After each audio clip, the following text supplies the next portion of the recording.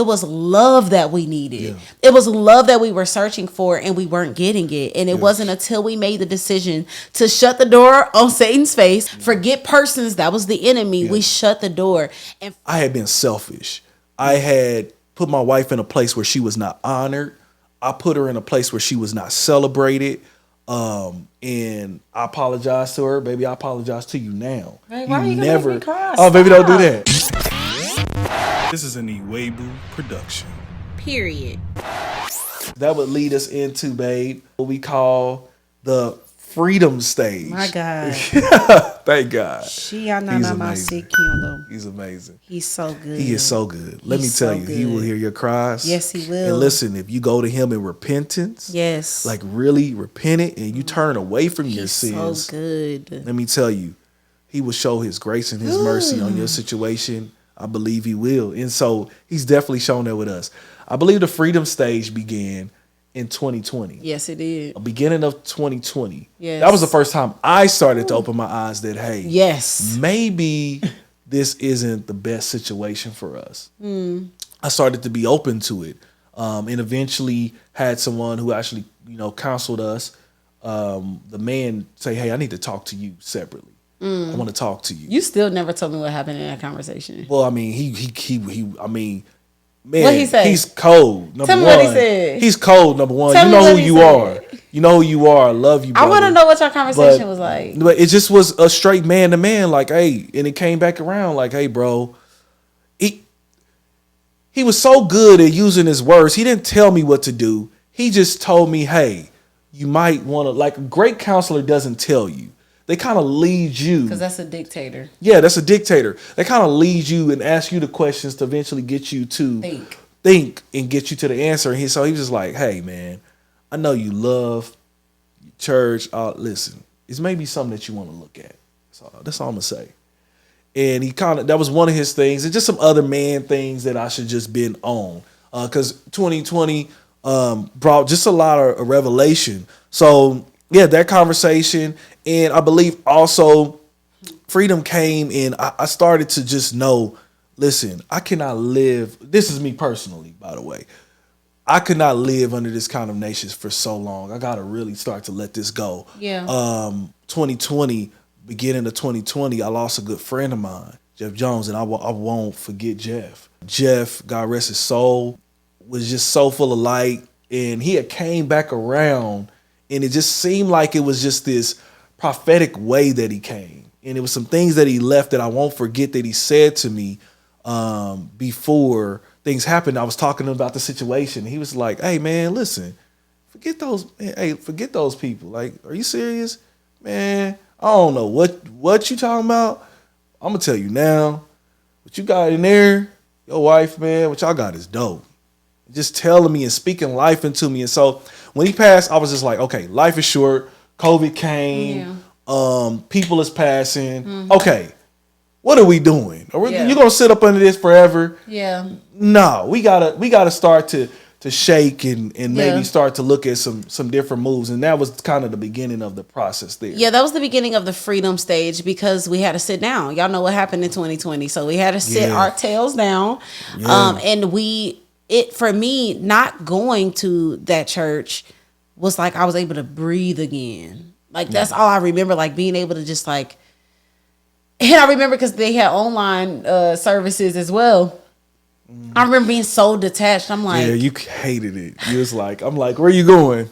You in there making coffee. I was like, so you ain't go. and now I'm in the front room jumping, hands up. I'm like, look, I know I probably don't look saved right now, but I am not interested. And it wasn't even about me not being interested in church, clearly. I was just so disconnected from that place. Like, I'm like, what is church if there is no love? Yeah. Like, what am I doing? Like, this don't make... And I was so disconnected. And it was, like, not good at that time either. We had some friends come over. Oh, yeah.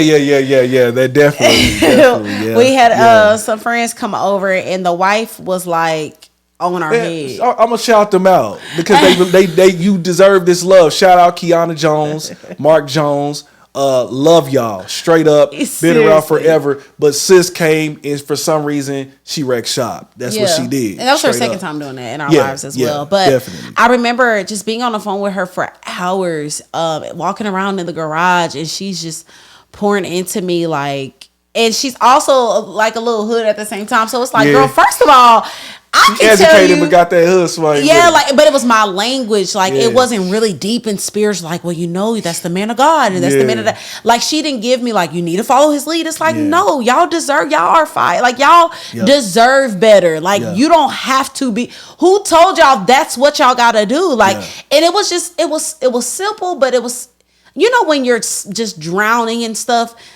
You just need somebody to pick you up. Just be like, turn around, look at this around you. And so after that happened, I ended up having a conversation with you.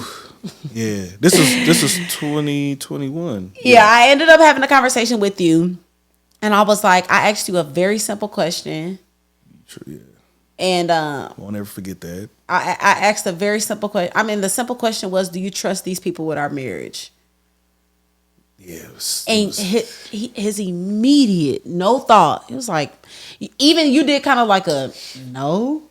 And I said, so why are we here? Like, what are we doing? And this is the biggest area of our lives that we need guidance on, but you don't trust them to go to them. Like, that's a problem. And so you ended up having a conversation with the pastor properly. Yeah, definitely. Leaving properly. Had to. And it was like, that it was almost, I don't know what the analogy or whatever is, but it was like that, like Satan, you no longer have that. Yeah. Like you don't get to hold that over our head, because that was every argument in our household. Like at least 90% of it, like you just you just want to be in there with them. Like that was almost every argument. Had something and we got back to that. Yes, we shut the door dead on the enemy's face when we left. And that's why it's so sad that people feel any type of way still, because that was the decision we had to do that. We had to make for ourselves. Not only spiritually, and I think it's evident that we've grown since then, but also mentally. Like the bondage that we were in, even when I think about our gifts and like how we've become more confident when it comes to, I was just talking to Francesca about this. We love Eva and Brooklyn, which is our daughters, into excellence. We love them into it. Mm-hmm. If you want to be great, we are led by God's children. How we are created, we're led by love. That's how Jesus, the little imperfections that we have, the things that got to be moved out of our life, it's not done by bashing and shaming and putting condemnation on us, but he loves us so much. It's like, I want to get rid of this. I don't want to do that. I just because you love me so much, I know I'm sleepy, but I'm gonna wash the dishes because I love you so much. Because I love you so much, I'm gonna vacuum and I'm exhausted. Like it was love that we needed. It was love that we were searching for and we weren't getting it. And it wasn't until we made the decision to shut the door on Satan's face, because forget the people, that was the enemy. Forget faces, that was the enemy. Forget persons, that was the enemy. We shut the door. And from the moment of leaving that church, again, that I wanted to make that clear. It wasn't just leaving this church or leaving these people. It was shutting the door to the baggage of what came attached to our sin from 8 years ago that the enemy tried to trickle along all those years. And so it was that one decision. So and I just want to say this too. If y'all seeing people and y'all don't agree with it, y'all don't agree with a decision that they are making, you don't know why. Come on. You don't know the what. You don't know the contemplation. We contemplated for years. We didn't hop and leave and dip out with no explanation. We tried, and people they can't lie. It's evidence that we've tried and we fought and we had conversations and we love and we were repentive. We were not coming in boastful like, man, y'all gonna love us. I don't care. That's what we did. It is what it. No, humility, because we were told that by the pastor. Like, y'all walk in such humility. Y'all walk in such, like, that's what we did. But after a while, it was like, so it's not working. I had to do, I think at that time, even, and that's what I told my pastor at that time, was like, man, I think Lord is tapping me, like this is the point where you have led me this far. I told him to that pastor, I said, but it's now, he said, I gotta I got to go along this way. You've given me what I needed from there, and I appreciate him from this day. I won't ever forget the things that he's taught me, and he helped me, and you know, you're such an honorable in that process of discipleship. Even though we don't agree on some things, even though you know there's some conversation that probably need to be had even after that. You know, because of some things that have been said through the grapevine. But at the end of the day, I still honor. That's like at the end of the day, I gotta honor somebody who has sowed good seeds into me that you now see some fruit from, because I seen integrity, because that man walked how he walked with his wife. You understand? Like I had to see that. Like you don't even get the type of version you have of me, because I didn't learn that just from the Bible. I learned it from somebody walking out the Bible. You understand? And then so from seeing him do that, seeing other men, the deacons there, all those that were doing that, that is what showed me how to be the husband that I am to you today. And so I'm grateful for that. Yeah. I don't my wife's getting something off my face every single time that we have an episode. Well, you better be thankful, because I went a whole episode with something on my cheek. And y'all probably never saw it. Yes, ever. I was editing in the room. I'm like, wow, Nnamdi. One of the things that stood out to me about you in that season, it's still happening, and like I feel like it's another layer that actually just happened. I remember I asked you not too long. I said, babe, do you know you're changing? Yeah. I was like, do you feel it? Like, can you see that? Yeah. But even back then, when you made that decision, you changed. Yeah. Like it was no longer like this.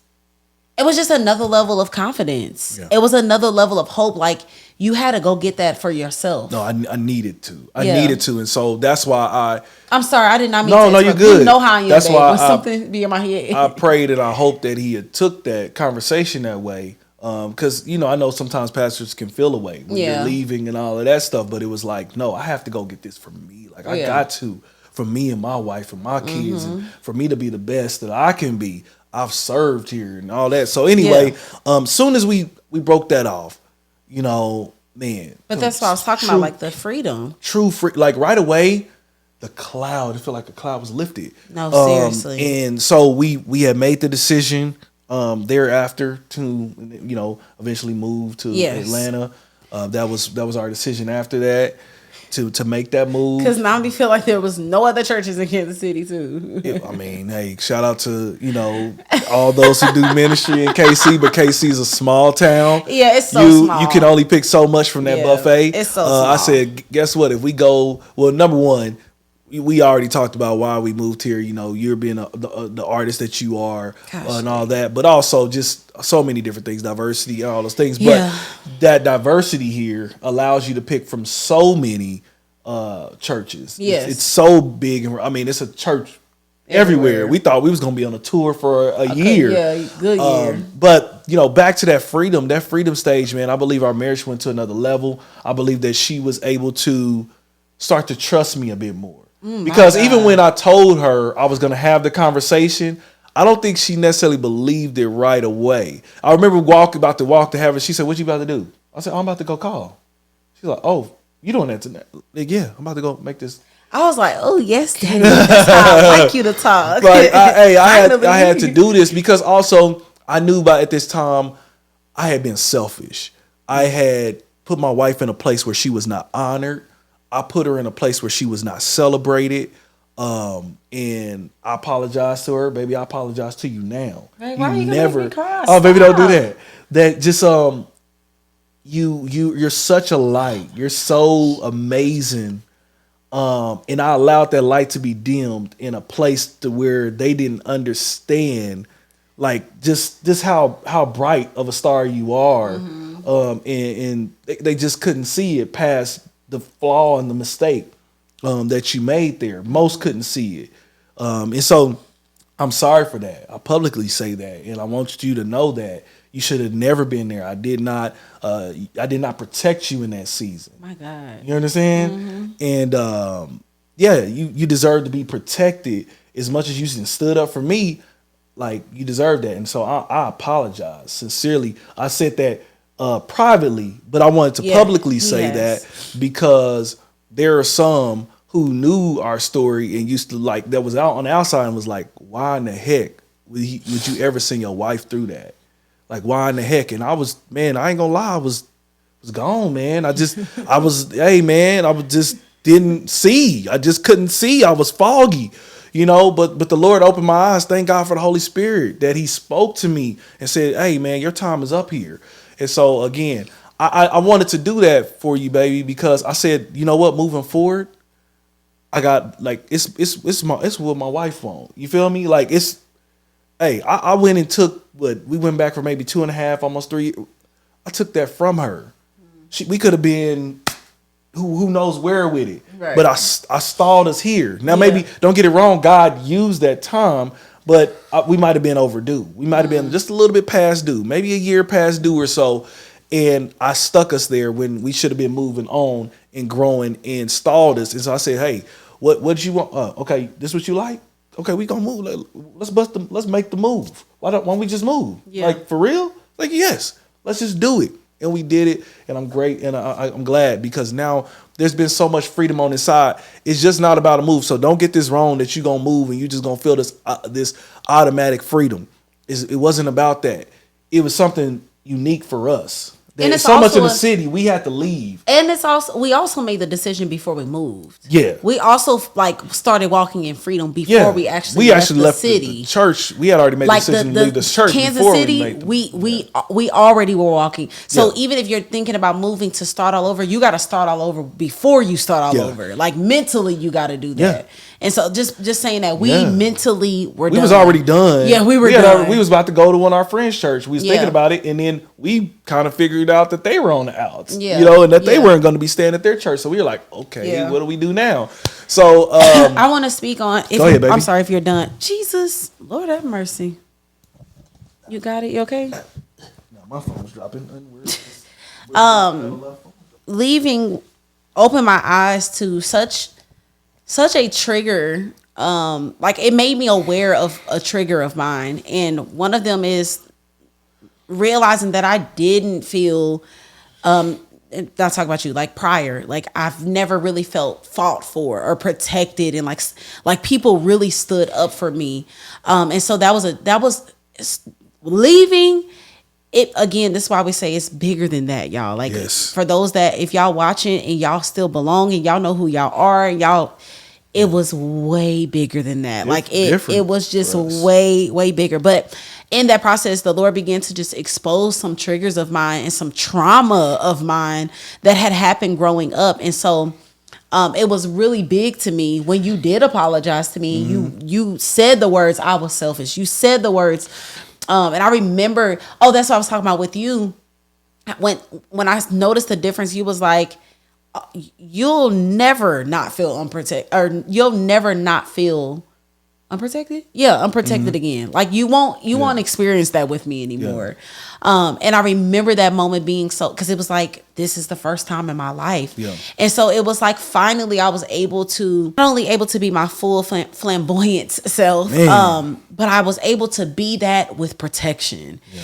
And it was just such a beautiful journey, and it still is such a beautiful journey. Like, the way that I have fallen in love with you and watch you transform and watch you grow up and watch you mature and watch you lead and take charge and just watch. I mean, you've always had integrity, but just making hard decisions, like, this year has been really bizarre for us. Like, the decisions we've been making lately on, like, just these are being like standing our ground on stuff. It's our boundary.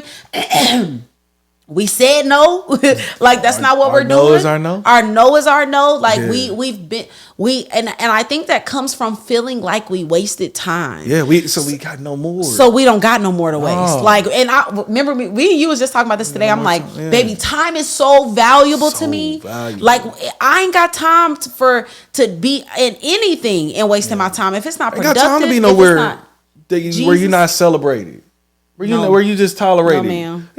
Why would I be there? Why would I be involved in a place where I'm freely giving my service, voluntarily giving myself to a place with no love, with no celebration, with no honor? Like, no. And so not even just that, skip the church, friendships, opportunities. Like, if it don't make sense, it don't make sense. My family. Oh my God. If your family ain't going, like, if they not going to see the gift, You know what I'm saying? If they can't honor your gift, you gotta sometimes detach from those who your blood. They may feel like, we blood. What you mean? Like you ain't.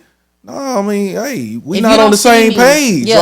Like what I'm about to sit here all day, you gonna be saying a bunch of conflicting things that don't have opposite from what I believe. Yeah. Like that, we're what's the point? Yeah. Like I'm going to be around those that are along the path to where I'm going. Yes. Okay. Now don't get it wrong. I'm gonna make a visit back to my family. I'm gonna say what's up. I'm gonna chill with you for a little bit, but I can't have that. I can't spend my time. Everyone doesn't get access to the new you. People don't. Not everybody needs access to your next level. Not everybody has. That's what we've learned now. And that's not on some like, we got like to the bigger or anything like that. We wasted time. Yes. We wasted 2 to 3 years in places of with people and fighting for relationships that was never ordained to be in our life. And so if y'all see us being adamant about these type of things, it comes from an experience of wasting time. And when you've wasted time and you don't get that back, you kind of don't play with time no more. Nope. Like you don't play with it no more. And I'm just so honored as we wrap this up. Yeah. So honored to do this life with you, to be on this journey of freedom with you. And we're both just growing and evolving into who we are individually, into what God has called us to be, but in purpose together in marriage has been so fire. And when when I say that thing went from bad to like phenomenal, from our finances to our intimacy to our communication, I'm like, how are you getting sexier? Yeah. How? How is it getting better? It's getting better and better. I'm not gonna lie, and this is why I say to those, maybe you're in your first year, maybe in your first 3 years, maybe you're just going through a rough patch in your marriage. Man, get past that hump. Yeah. Because on the other side of that, for those who are in Christ, on the other side of that, come on, for those who are in Christ, it's so much better. Hey, thank you for making it to the end of this video. If you could do us a huge favor, please hit that like button and please subscribe. Yes, and please do not forget to hit that notification bell. We need y'all to be locked in every single time we drop this fire content. Yeah. Also, we need y'all to follow us on all social media platforms at the Ewaybos. And look, we will see y'all on the next video. Holla.